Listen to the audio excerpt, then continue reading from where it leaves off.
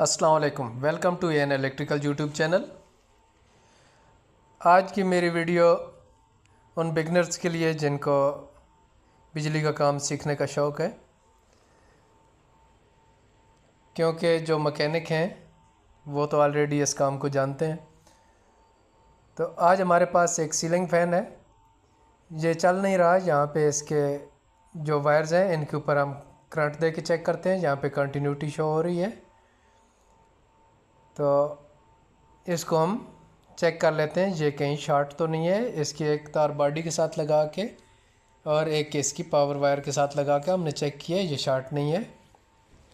अभी हम इसके कवर को खोल के इसके कैपेसिटर के कनेक्शन ये हटा के उसके बाद इसको चेक करेंगे। बिजली की चीज़ों को चेक करने के लिए टेस्टिंग लैंप सीरीज़ बोर्ड का बहुत ज़्यादा इस्तेमाल होता है। जिन भाइयों को सीरीज़ बोर्ड बनाने का तरीक़ाकार नहीं पता, तो जहाँ पे मेरे चैनल के ऊपर इसकी एक वीडियो मौजूद है, तो वो टेस्टिंग लैंप बना सकते हैं। तो अभी हमने इसका कैपेसिटर उतार दिया है। अभी हम जो पंखे की वाइंडिंग की तारें आ रही हैं नीचे से, उनको हम अलहदा कर लेंगे और ऊपर वाली पावर वायर को अलहदा कर लेंगे। तो इसके अंदर वाइंडिंग से 4 तारें निकल रही हैं, 2 ग्रीन कलर की हैं और 2 रेड कलर की हैं। अभी हम इन चारों तारों के दरमियान में कंटिन्यूटी चेक कर लेते हैं। यहाँ पे हमारे पास ये सीरीज़ बोर्ड है, तो यहाँ पे इस तार के अंदर ग्रीन, एक साइड पे 2 तारें आपस में कॉमन की हुई हैं और अभी ग्रीन के ऊपर इसकी कंटिन्यूटी नहीं आ रही, रेड के ऊपर कंटिन्यूटी आ रही है। तो यहाँ पे रेड की रेड के साथ कंटिन्यूटी आ रही है, ग्रीन की ग्रीन के साथ कंटिन्यूटी नहीं आ रही। तो इसका मतलब है कि एक वाइंडिंग इसकी ख़राब है। तो आइए खोल के इसको चेक कर लेते हैं। लास्ट एक वीडियो के अंदर मैंने इसी तरह एक पंखा खोल के चेक कराया था, जिसके वायर्स के ऊपर बिल्कुल कंटिन्यूटी नहीं थी। तो इसकी एक कॉइल जली हुई थी, जिसकी वजह से वो पंखा नहीं चल रहा था। हमने वो उसकी कॉइल चेंज की थी, उसके बाद वो पंखा ठीक हो गया था। तो अभी हम कवर ओपनर की मदद से इसको ओपन कर लेते हैं।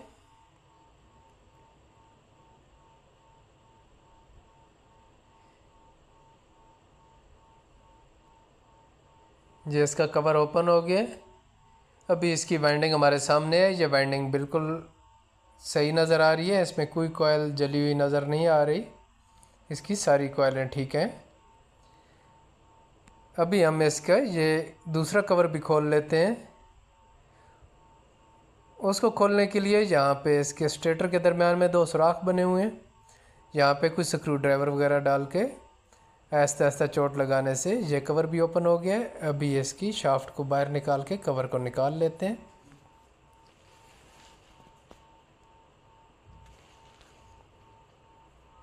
व्यूअर्स, आपको समझाने के लिए ये सारी चीज़ें बारीकी से बता रहा हूँ, इस वजह से वीडियो काफ़ी लंबी भी हो गई है, लेकिन मेरी कोशिश होती है ताकि हर बात आपको बताई जाए।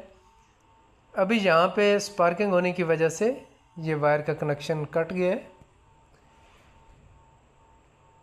यहाँ पे कॉइल के ऊपर स्पार्किंग हुई है। अभी हम सारी वायर्स का कनेक्शन यहाँ से काट देते हैं, इस शाफ्ट के नज़दीक से वाइंडिंग को बचा के, वाइंडिंग के थोड़ा दूर करके, ताकि हमें दोबारा कनेक्शन करने में आसानी रहे। अभी मैंने वाइंडिंग के सारी तारें अलहदा कर दी हैं। तो ये कॉपर वाइंडिंग के अंदर है।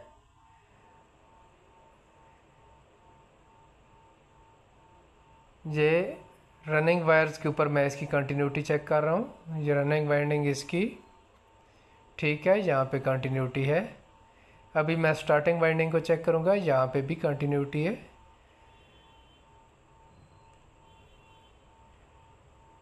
तो यहाँ पे हमारी जो स्टार्टिंग वाइंडिंग की एक कॉइल है जिसके ऊपर स्पार्किंग हुई है, इससे थोड़ी सी इंसुलेशन उतर गई है, क्योंकि ऊपर स्पार्किंग होने की वजह से इंसुलेशन उतर गई है, लेकिन कंटिन्यूटी शो हो रही है। यहाँ पे कोई ब्रेकेज वगैरह नहीं है, इस वजह से यहाँ पे दोबारा कनेक्शन करके इस कॉयल के ऊपर मैं अच्छे तरीके से वार्निश करूँगा। वार्निश से इसके ऊपर इंसुलेशन हो जाएगी, हमें कॉयल चेंज करने की ज़रूरत नहीं है। अभी मैंने इसके साथ वायर्स कनेक्ट करके बाहर इसके 4 सिरे बाहर निकाल लिए हैं। रेड वायर्स मैंने रनिंग वाइंडिंग के साथ लगाई हैं और ब्लैक वायर स्टार्टिंग वाइंडिंग के साथ लगाई है। अभी मैं वार्निश लगा रहा हूँ, क्योंकि जो स्लीव नई लगाई हैं इनके ऊपर और जो कॉयल जिसके ऊपर स्पार्किंग हुई थी वहाँ से थोड़ी सी इंसुलेशन ख़राब हुई थी, तो उसके ऊपर मैंने वार्निश लगा दी है। अभी स्टेटर को दोबारा कवर के अंदर फिट कर देता हूँ। इसको ऐसा ऐसा चोट लगा के मैं कवर के अंदर फिट कर रहा हूँ। ये जो इसका कड़ा है इसके बराबर इसको फिट कर दिए। अभी ऊपर वाला कवर भी इसके अंदर लगा देता हूँ। इस कवर को लगाने के बाद सेंटर में रख के हल्का सा प्रेस करता हूँ। प्रेस करने के बाद थोड़ी से ऐसा ऐसा चोट लगाने से इसको फिट कर दिया है। अभी इसकी शाफ्ट बिल्कुल फ्री घूम रही है। अभी इसके साइडों पे स्क्रू भी लगा दिए हैं। अभी इसकी तारें कैपेसिटर कनेक्शन के लिए ऊपर निकाल देता हूँ।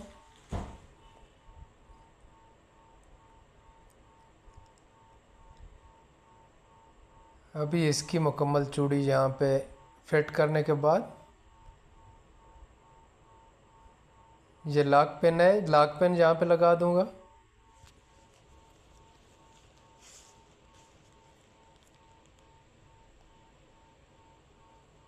लॉक पिन लगाना ज़रूरी है, क्योंकि अगर लॉक पिन नहीं लगी होगी तो ये पंखा चलते हुए अगर बेरिंग जाम हो जाए खुदा न खास्ता, तो ये पंखा खुल के गिर सकता है। तो यहाँ पे कंटिन्यूटी चेक कर लेते हैं। ये ब्लैक वाली स्टार्टिंग वाइंडिंग है और रेड वाली जो वाइंडिंग है ये रनिंग वाइंडिंग है। तो इनके अंदर कंटिन्यूटी शो हो रही है। अभी इसमें क्रॉस चेक कर लेते हैं कि ये रनिंग और स्टार्टिंग आपस में क्रॉस तो नहीं है, और या बॉडी के साथ कहीं पे शॉर्ट तो नहीं है। तो ये वाइंडिंग हमारी बिल्कुल ठीक है। अभी एक रेड और एक ब्लैक को मिला के कॉमन बना लेता हूँ। एक हमारी मेन वायर इस कॉमन वायर के ऊपर आ जाएगी। अभी हमारे पास एक रेड और एक ब्लैक, एक रनिंग और एक स्टार्टिंग वाइंडिंग, इनकी वायर रह गई है। ये दोनों कैपेसिटर के एक एक सिरे पे आ जाएंगी। और अभी हमारी एक मेन तार जो है वो कॉमन के ऊपर आएगी और एक कैपेसिटर के ऊपर जो लगेगी वो रेड वायर के ऊपर लगेगी, मतलब रनिंग के ऊपर।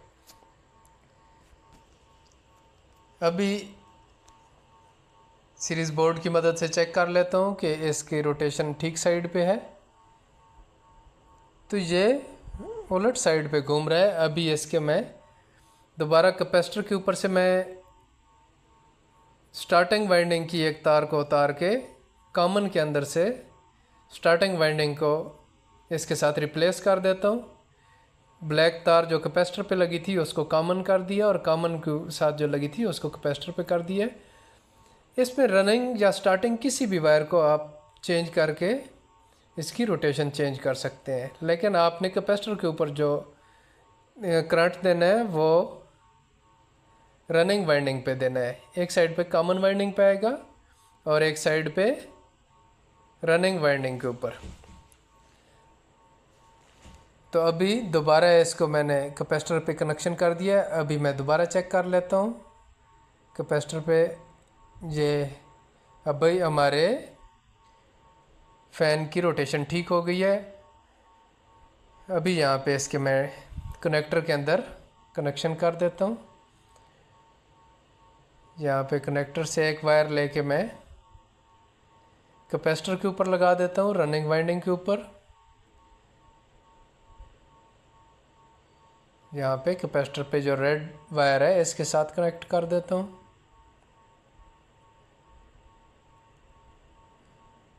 इसके ऊपर मैं इंसुलेशन टेप लगा देता हूँ ताकि बॉडी के साथ शॉर्ट होने का ख़तरा ना रहे।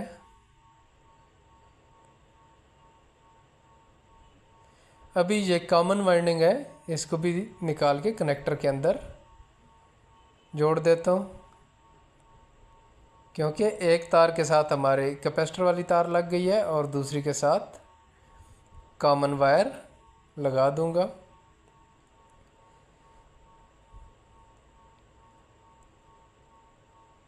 तो ये व्यूअर्स, इसी तरह से आप घर पे बैठे बग़ैर खर्च पैसे किए या बिल्कुल कम पैसे, इसके ऊपर ज़्यादा से ज़्यादा अगर खर्च आया है तो 20 रुपये खर्च हुए हैं, क्योंकि इसके ऊपर ये तार के कुछ टुकड़े लगाए हैं, इसके अलावा स्लीव लगी है और वार्निश लगी है। इसके अलावा इसके ऊपर कोई नई चीज़ नहीं लगी। यहाँ पे इस कैपेसिटर को यहाँ पे कवर कर देता हूँ, क्योंकि अक्सर अगर ये सोल्यूशन टेप ना लगाऊं या इसके ऊपर स्क्रू ना लगाओ, कैपेसिटर खोल के बॉडी के साथ रगड़ खाता है, उसकी वजह से शोर भी आता है और यहाँ पे पंखे की बॉडी भी डैमेज हो जाती है। अभी इसको मैं चला के चेक करता हूँ तो ये पंखा हमारा बिल्कुल फुल स्पीड के अंदर चल रहा है। उम्मीद करता हूँ ये वीडियो आपको पसंद आई होगी। ऐसी इन्फॉर्मेटिव वीडियो देखने के लिए हमारे चैनल को सब्सक्राइब, लाइक और शेयर ज़रूर करें। मिलते हैं नेक्स्ट वीडियो में, तब तक के लिए अल्लाह हाफिज़।